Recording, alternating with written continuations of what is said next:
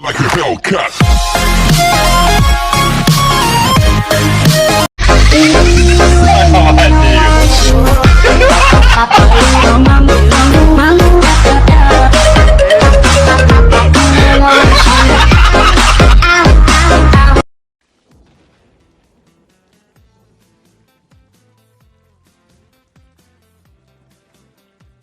Perkenalkan, nama saya Iwayan Limustika.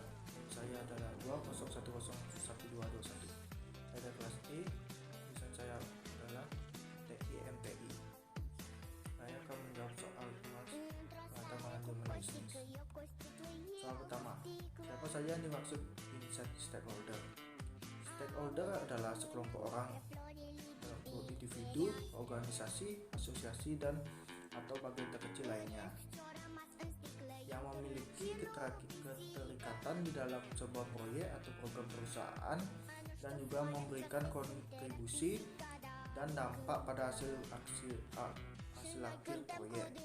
Stakeholder di dalam sebuah organisasi dibagi menjadi dua, yaitu stakeholder internal dan stakeholder eksternal. Berikut ini adalah daftar stakeholder internal. Pertama, organisasi atau perusahaan itu sendiri. Organisasi atau perusahaan merupakan bagian dari stakeholder yang memiliki hubungan terkait dengan kepentingan semua stakeholder. Pihak perusahaan itu sendiri memegang peranan penting dalam hal pengambilan keputusan manajerial. Kedua, pemegang saham atau pemilik bisnis. Pemegang saham dan pemilik bisnis bertindak sebagai individu yang menyediakan modal untuk menjalankan perusahaan. Selain itu, mereka juga bertindak sebagai pengawas di perusahaan untuk mengamati kinerja karyawan serta kondisi keuangan dalam perusahaan. Tiga, karyawan sebagai stakeholder internal memiliki peran penting dalam meningkatkan kinerja sebuah bisnis. Mereka merupakan orang-orang yang secara langsung terlibat di dalam proses produksi. Sedangkan stakeholder eksternal meliputi konsumen. Konsumen bertindak sebagai pengguna dan pengamat hasil produk dari suatu perusahaan. Produk terlaris yang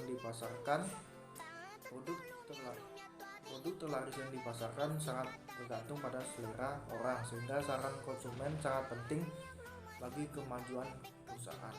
Yang kedua, supplier atau pemasok merupakan pihak yang menyediakan bahan baku yang akan digunakan untuk proses produksi. Jika supplier mengalami kendala seperti keterlambatan dalam memasok bahan baku, itu akan mengganggu proses produksi yang akan berdampak pada supply chain management (SCM) atau rantai pasok. Dengan demikian, konsumen sebagai pelanggan akan kesulitan mencari barang hasil produksi perusahaan.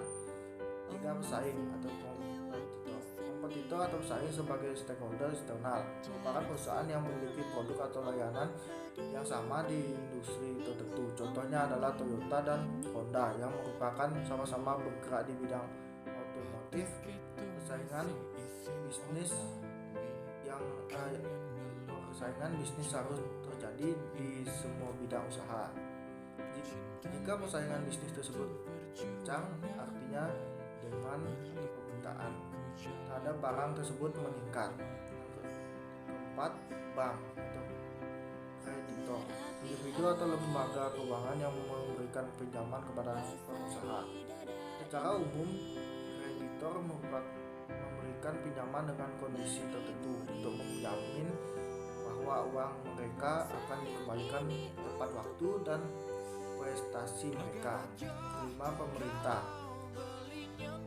pihak-pihak yang memiliki wewenang dan kekuasaan untuk mengeluarkan izin dilakukan masyarakat yang masih kental dengan kegiatan KKN mungkin saja gagal atau memfasilitasi rencana yang disiapkan oleh perusahaan. Soal kedua, sebutkan tujuan jangka panjang dalam bisnis. Tujuan jangka panjang ada 7. Pertama, kualitas, yang kedua produktivitas, tiga posisi kompetitif, keempat pengembangan, lima karyawan, enam hubungan dengan karyawan, tujuh kepemimpinan teknologi dan tanggung jawab pada masyarakat. Soal ketiga, jelaskan strategi pengelolaan tanggung jawab sosial perusahaan.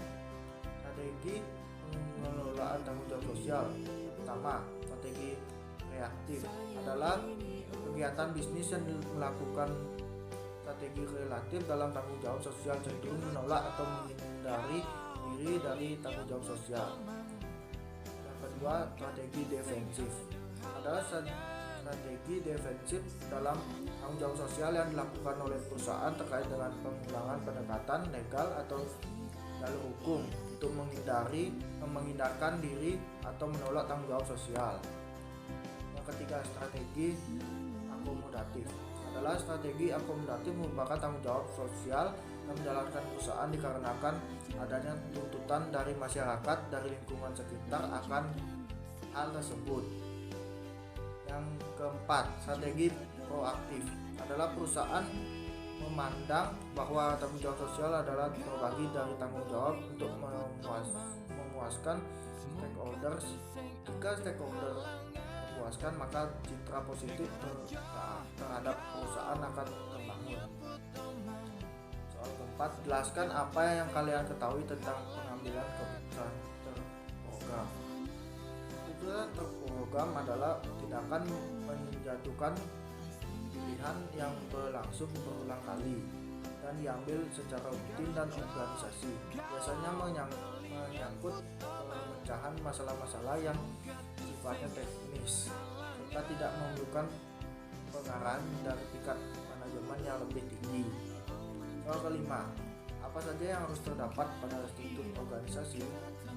Struktur organisasi adalah sebuah organisasi atau bertingkat yang mendeskripsikan komponen dan fungsi perusahaan, di mana setiap individu atau SDM yang berada pada lingkup perusahaan tersebut memiliki posisi dan fungsi masing-masing. 6. Sebutkan syarat pemberian motivasi yang efektif. Syarat pemberian motivasi yang efektif: pertama, menjadi pendengar yang baik. Yang kedua, mengarahkan karir karyawan. 3. Menciptakan atmosfer kerja yang menyenangkan. Yang keempat, menerapkan program reward. Sekian saya menjawab soal pengantar manajemen bisnis. Saya ucapkan terima kasih. Om Santi.